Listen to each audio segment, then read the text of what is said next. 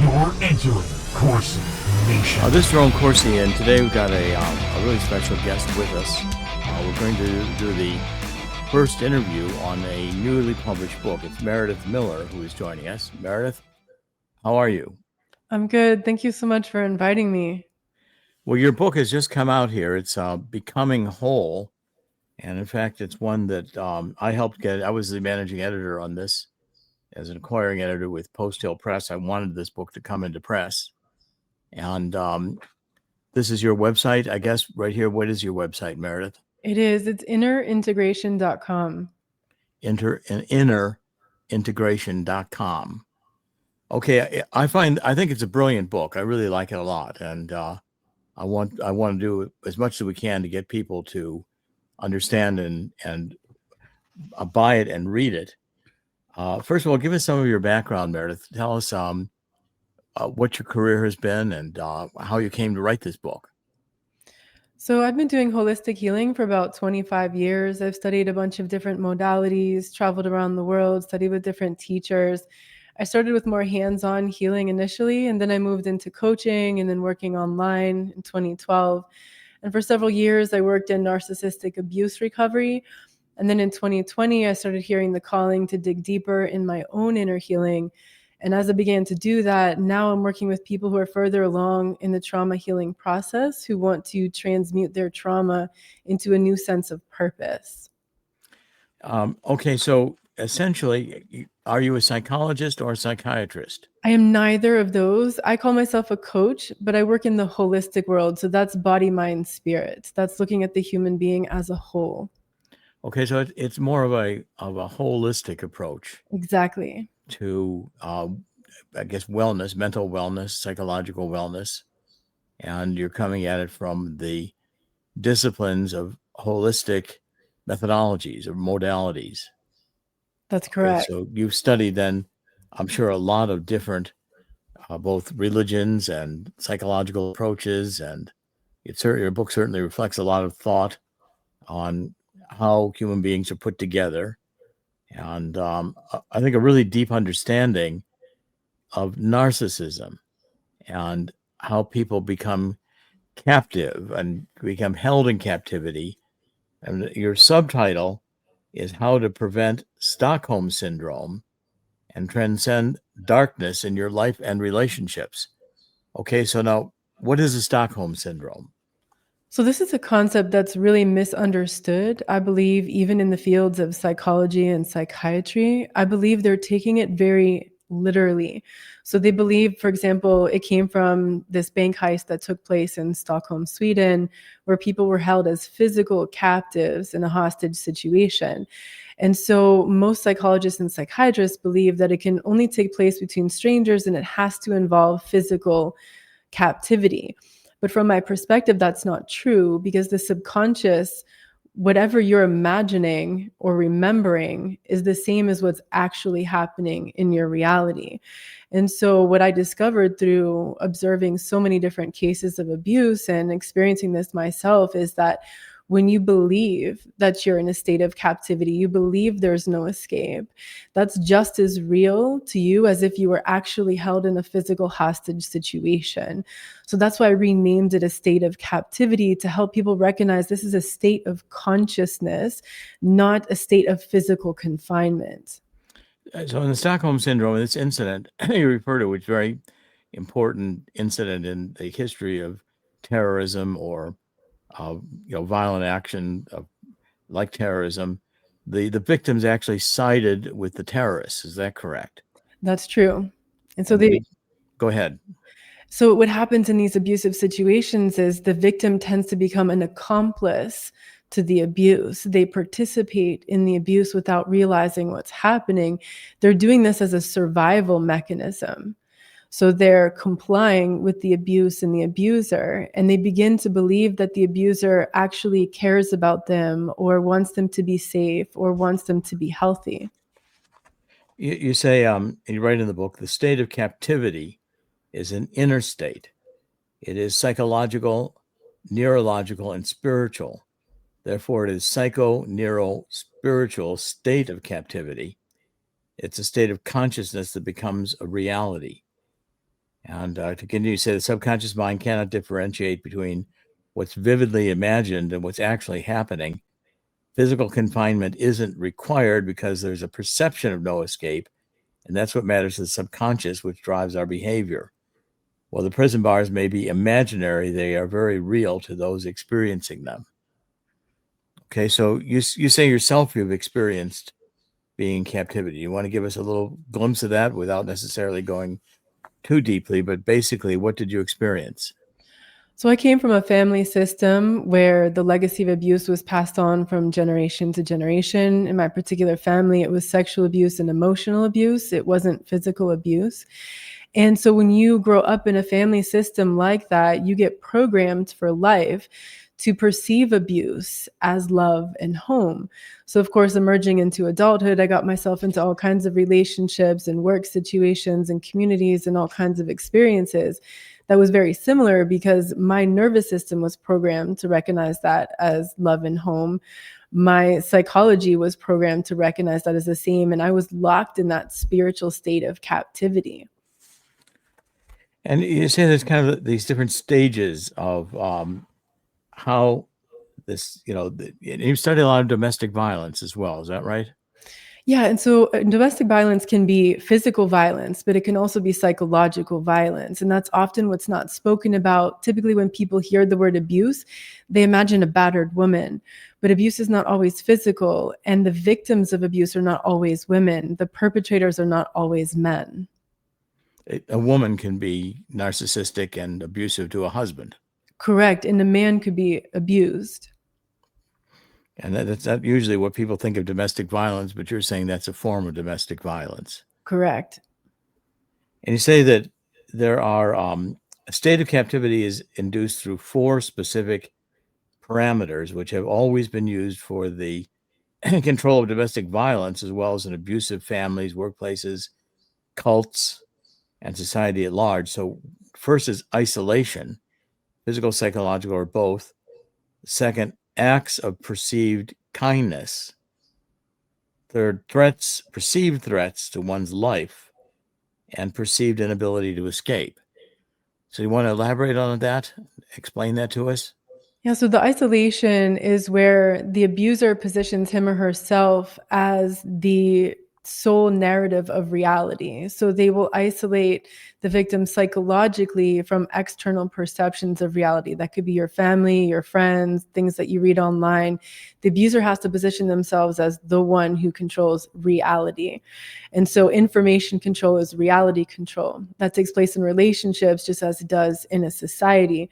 So we've been seeing this a lot in society. And that could also involve some physical isolation where the abuser will either not allow the victim to see other people, or they will more covertly plant the idea in the victim's mind that other people don't have their best interest, that other people are dangerous. So the victim makes their own decision, assuming that this is the truth. And so then the second parameter, which is the perceived acts of kindness, this is what we call love bombing or idealization. So this is when the abuser maybe tells you that they want your good, it's for your good, they care about you, they want to protect you, they want to keep you safe, they can give you glimpses of hope, they can flatter you. Flattery is actually one of their chief tools that they use to get you to trust them. So the whole goal of the perceived kindness is to get you to trust the abuser. But this is also intermittent reinforcement because it goes back and forth between the love bombing, the flattery, the giving of resources or anything that they know that the victim needs. And then it alternates with acts of cruelty and devaluation. And as that goes back and forth, that causes cognitive dissonance. So even though the person recognizes some things are off and something doesn't feel right, it's these acts of perceived kindness that cause the person to keep reverting back to that state of trust. And then the third one is the perceived life threat. And so the abuser will either threaten your life or threaten the lives of your family or loved ones if you don't comply. Or what they'll do is manufacture or take advantage of something that's occurring in the environment, like a disease or a war or something external that's a life threat. And they'll position themselves as your hero, as your protector at the same time. And then the fourth parameter is where the person believes there's no escape. And so this is where they begin to comply, to fawn, to participate in the abuse because they believe there's no sense in leaving. Even domestic violence victims who leave the house multiple times a day to go to the grocery store, go to work, take the kids to school, they keep coming home because deep down, psychologically, spiritually, neurologically, they're trapped in that state of captivity and they believe that they can't leave or they can't survive outside of that relationship, family system, or community. One of the things I found really fascinating about your book is that you also show this in social settings. So you are able to analyze the pandemic as a societal case of abuse and captivity, and that it was engineered in order to hold us captive, to make us experience this kind of lack of ability to control our own destiny or to do anything. You want to elaborate on that? Because I think that was one of the more fascinating parts of your book, your discussions of how the pandemic and your whole understanding of narcissism and these captive relationships really are equivalent. So it's the same patterns from the micro to the macro in society, whether we're talking interpersonal relationships, family systems, workplaces, or society. And what we saw during the COVID campaign was the setup for the Stockholm Syndrome, the state of captivity. So first, they physically isolated people, then they psychologically isolated people. They made the official narrative the only acceptable version of reality, which is disseminated via our devices. So as people were trapped at home, all they had with their connection to the outside world was their devices. They would go on social media and they would hear all of this repeated. There was lots of censorship and suppression of information so that only certain amounts of information could come out. And then everyone, even doctors who spoke against that narrative, were smeared, were ostracized, were threatened. And then the perceived acts of kindness, all along they told us it was for our good. It's because they care. It's for our health. They want to keep us safe. And of course, they offered money. They offered all kinds of incentives for people to stay home, to not work, to get the shots. And then the perceived life threat, of course, was the virus or other people as vectors of the virus, which they painted as this very deadly thing. And then for those people who were more awake about what was happening, that threat of tyranny was a very real life threat. So everyone experienced that to some degree or another. And then the perceived inability to escape, they set everything up so that it seemed that there was no end to this torture. And the one and only escape from that was to get vaccinated. And then you can get back to your life. You can see your loved ones again. You can go to concerts. You can go to restaurants. You could travel. You could go to school. You could work. And so they carefully created this environment to make people believe that there was no escape other than that. And the idea is submit to and comply, being vaccinated, and to see a whole narrative in which if you object, everyone turns on you. And the disconnection is intentionally engineered, even though the entire campaign is based on lies and emotional manipulation, that people went along with all of the requirements of compliance to the medical protocol of distancing, wearing masks, etc., and felt like there was no choice.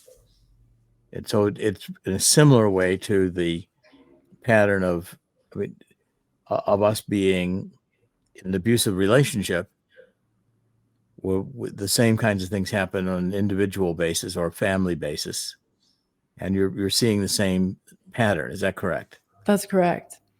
That divide and conquer tactic that you mentioned is key in any abusive situation. The abuser has to get everyone to direct their entire loyalty toward the abuser and to see each other with distrust. They have to separate us so that we can't connect and realize that there's a lot more of us than the abusers.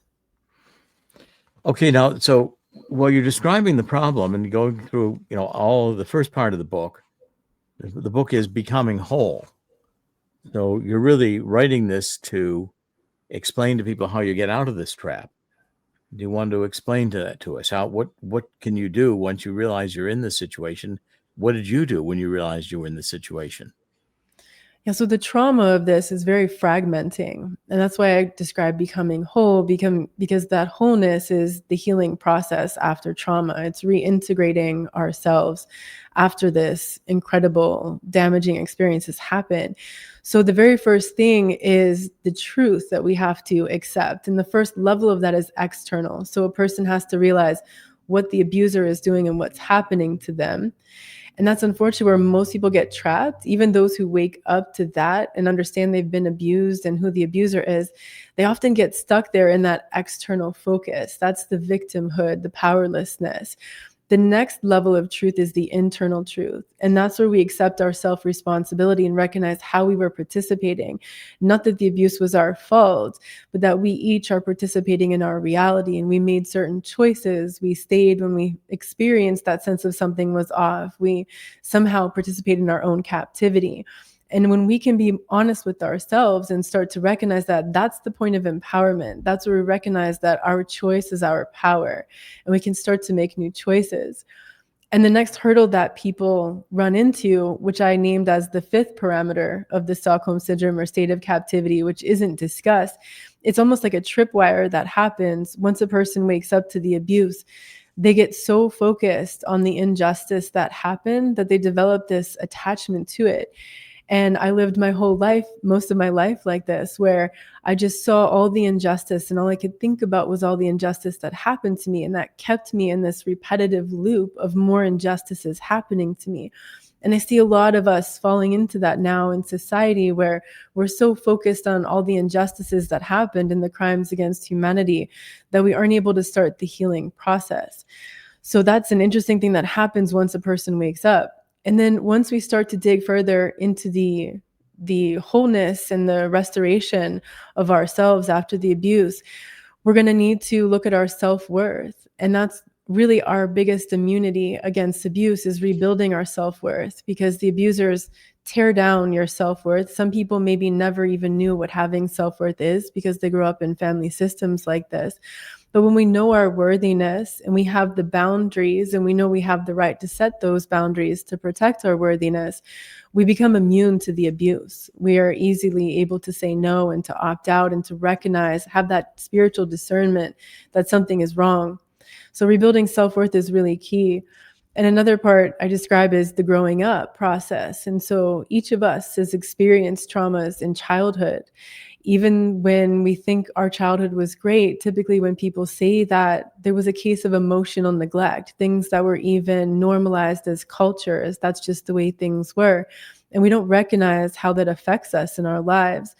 And so when we go back and we do our inner child healing work, and we start to reintegrate these soul fragments from childhood, from adolescence, we start growing up, we start becoming responsible adults. And once we become responsible adults, then we have more access to these higher states of consciousness, like creativity, intuition, insight, imagination, critical thinking, which we don't have access to when we keep getting triggered into these trauma responses, like the fight, flight, freeze, and fawn.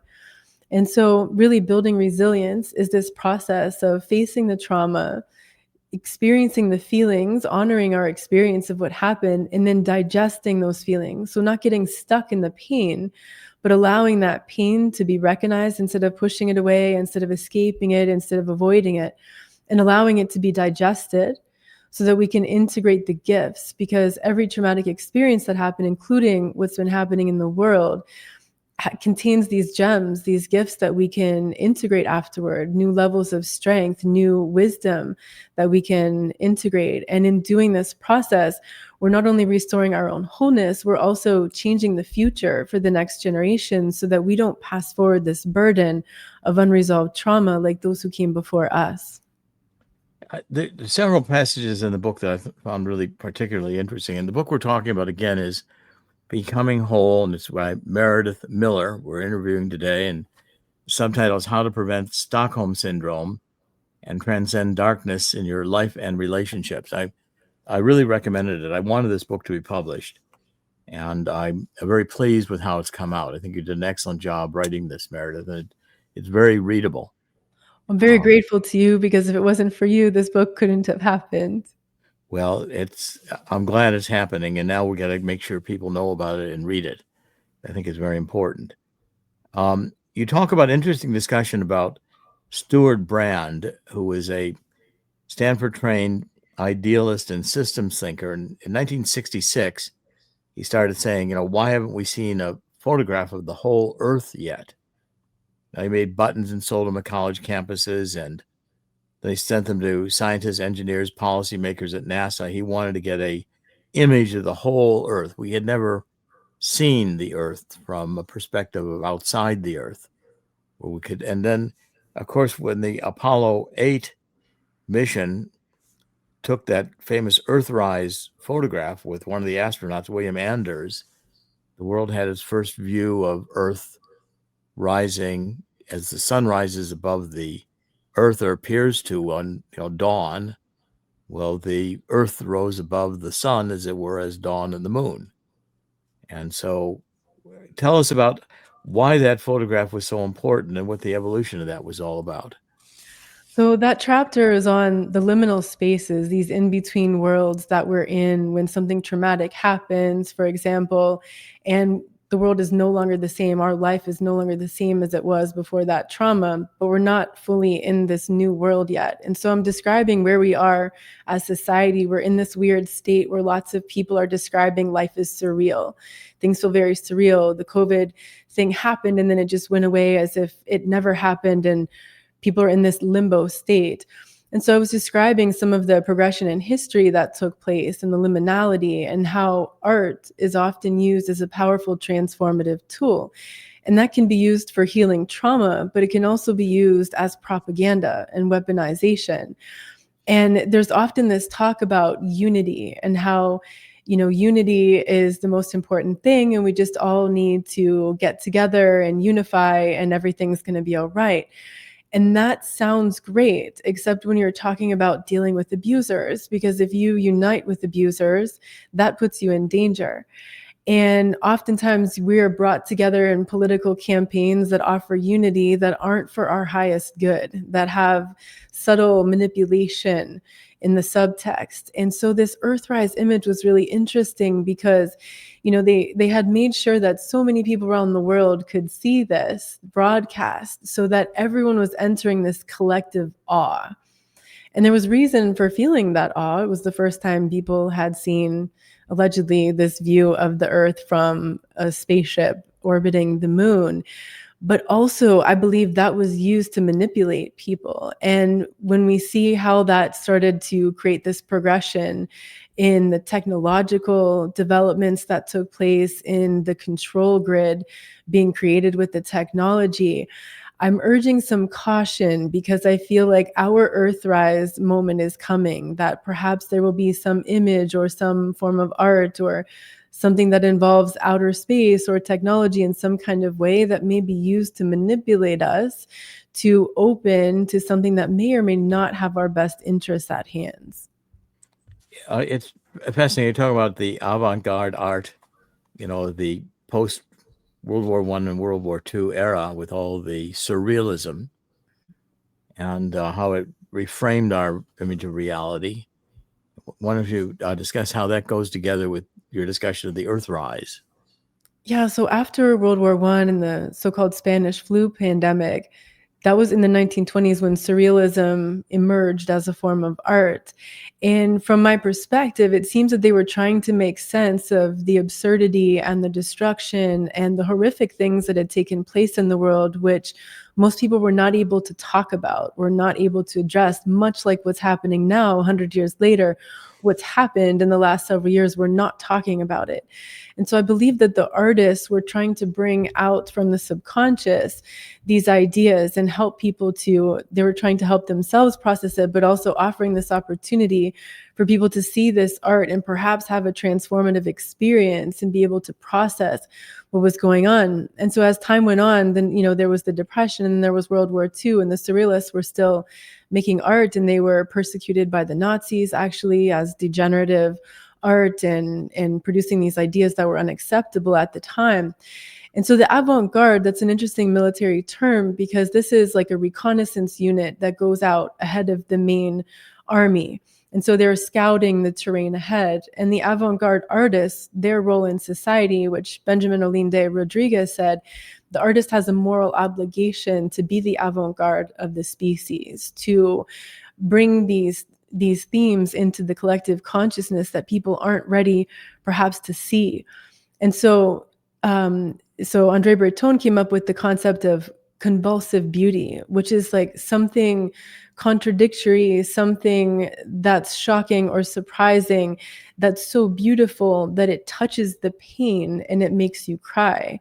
And that's the interesting thing, is that grief actually transmutes through convulsive beauty. And so I believe that the artists of our time are being called to create some kind of avant-garde art. It may not be physical, like the paintings and whatnot that were done 100 years ago, because I think nowadays what people are craving so much is a sense of connection and participation. And so I believe that the avant-garde art of our time is going to have something to do with a collective container of people coming together where they can experience something artistic that allows them to contact that pain and transmute it, so that we can heal from the trauma that's taken place.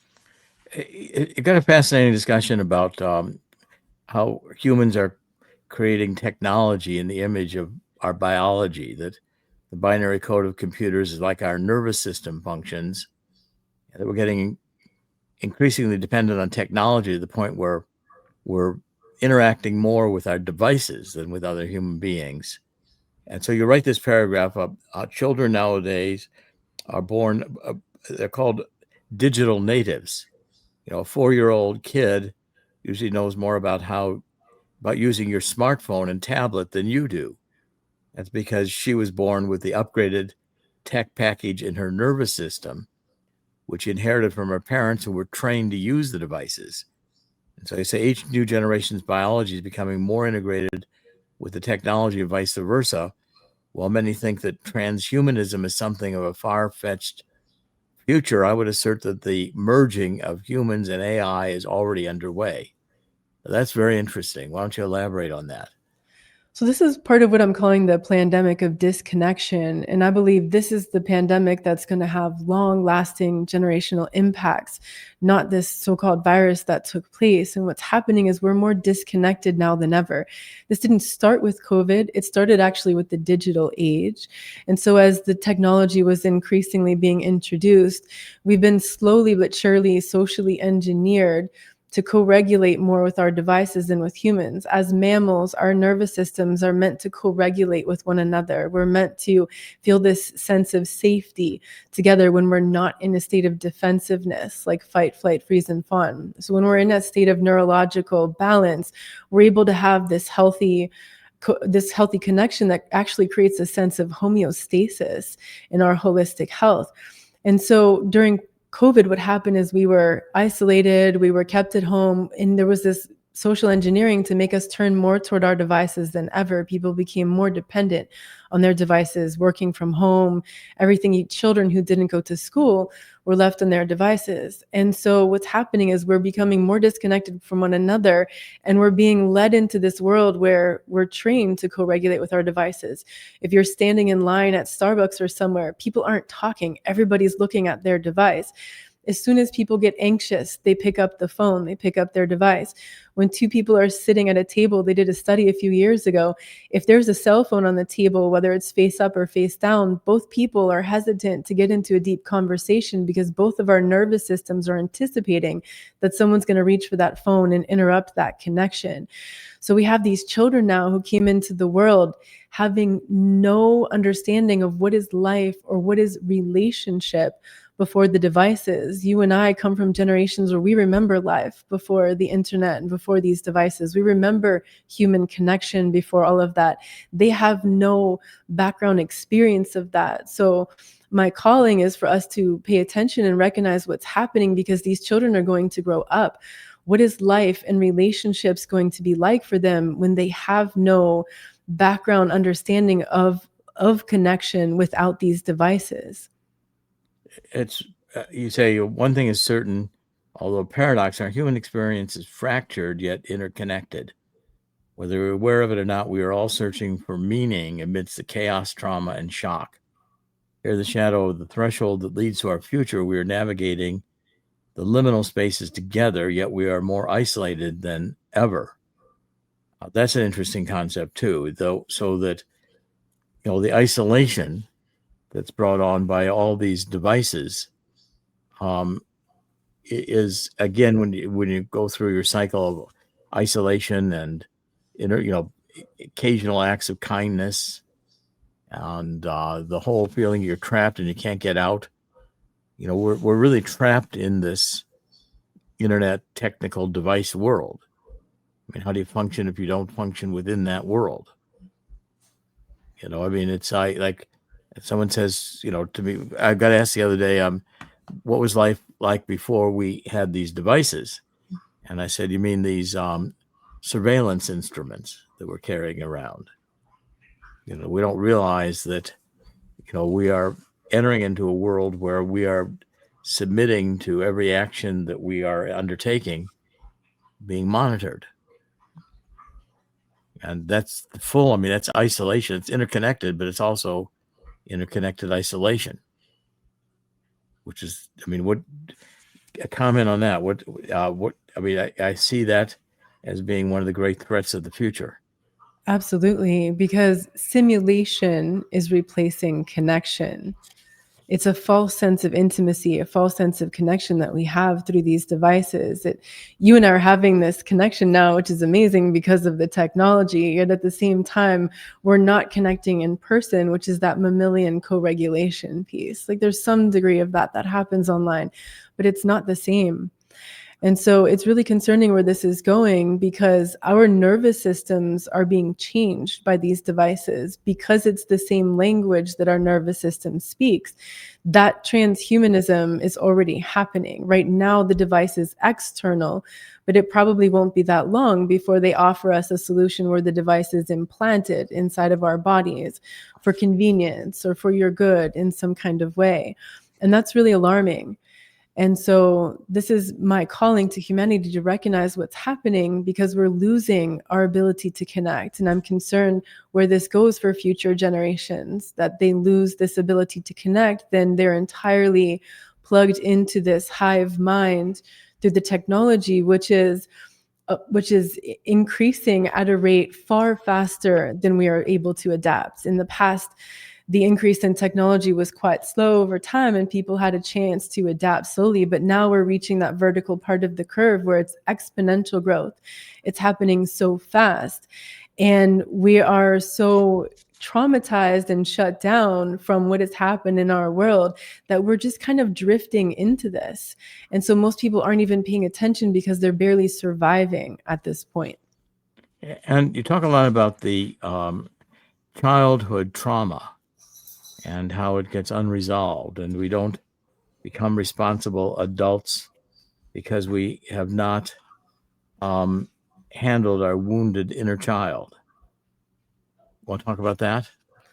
Yeah, so these are the childhood experiences that we have. And, we can acknowledge that without blaming our parents. We can acknowledge that everybody has experienced childhood trauma to some degree. So what happens is it fragments the soul. And there are like these parts of our soul that are exiled from us. And so life events happen and things trigger those inner child parts. So when something happens that reminds our nervous system of something that happened in the past that was unresolved, we instantly get triggered into this inner child state. So when people are reacting as children, we see this frequently online. All of this, it's almost like toddlers yelling at one another, fighting. It's inner child that's being triggered. And so unfortunately nowadays in relationships, when people meet, instead of people meeting, it's more like trauma meeting trauma and people triggering one another's trauma and defense mechanisms. And it's very challenging for people to connect without doing that inner child work. And they don't understand what's actually happening.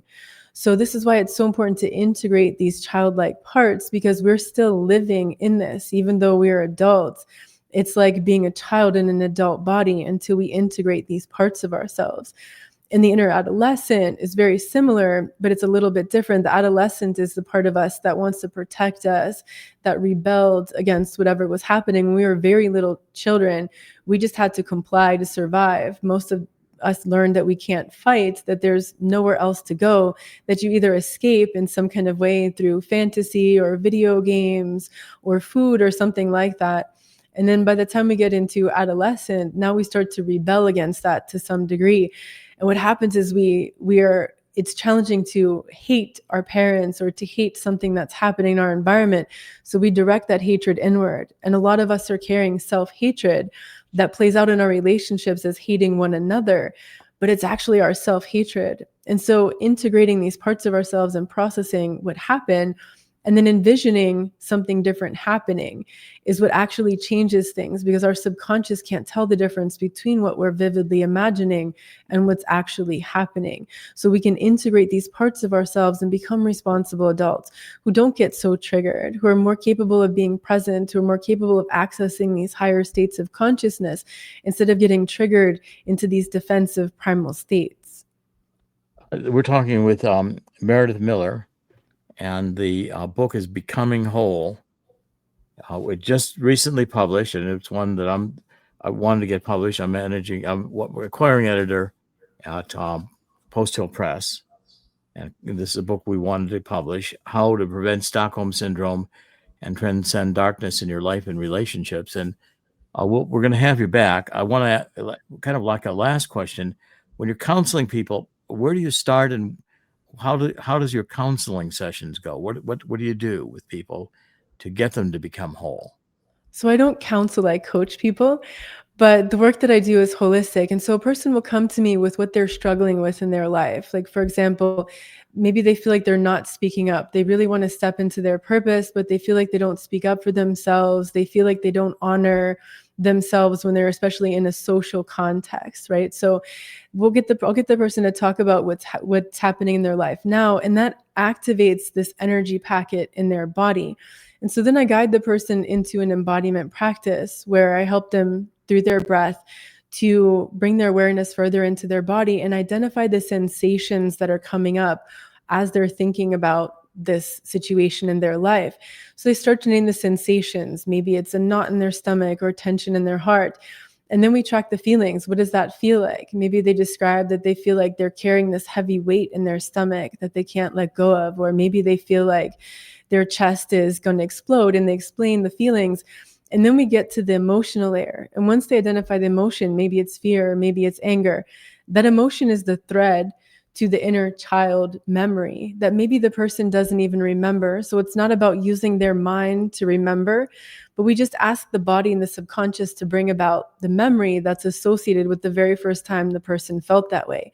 And so instantly they'll start to see this memory of childhood or this place or something that's taking place. And as they describe it, they begin to see their inner child in that situation. And so what I have them do is recognize the truth that little child couldn't fully embrace, couldn't fully speak of because of the situation. And then what was the need that was unmet? And so then I have the person, as the attuned adult that they didn't have in that moment, enter that scene and begin to meet the need of that child. And usually it's some form of reassurance that the child needs, some form of safety. And then I also invite the person to take the child out of that scene and somewhere else where the child wants to go, where the child feels safe and they can explore. So they take them somewhere. Maybe it's the woods, it's the beach, it's grandma's house, it's somewhere else. And then we start to unpack the programming that took place. So the stories that we tell ourselves about ourselves and what that meant about us, like it's all my fault, or I don't have the right to exist, or something's wrong with me. These are programs we get that then repeat through our lifetime. And this actually comes from ancestral trauma. We inherit these simply by incarnating in certain family lineages based on the unresolved trauma of that family system. It gets imprinted on us in the womb and in childhood, but it's not even ours. It comes from our ancestry. So I have people then clear these programs, and we download new programs, new experiences from the creator, from God. So the person begins to have a new experience free from these old programs. And as we integrate this, they bring the child into their heart. Then what happens is their life starts to change. They start to respond differently to life. They start to feel differently. They start, for example, in the case of the person who couldn't speak up, all of a sudden they start speaking up easier and without anger and without feeling like they're defensive. They're just speaking their truth, and their life begins to change. And so that's the amazing thing about when we integrate these fragments of our soul, we actually become more whole. It's fascinating discussion, and we'll have you back even to talk about things that are happening and how you interpret them. It'd be fascinating to see your view. So we've been talking with Meredith Miller, book Becoming Whole, just been published. I really encourage you to get a copy of it. It's a very easy and fast read. I think you'll enjoy it.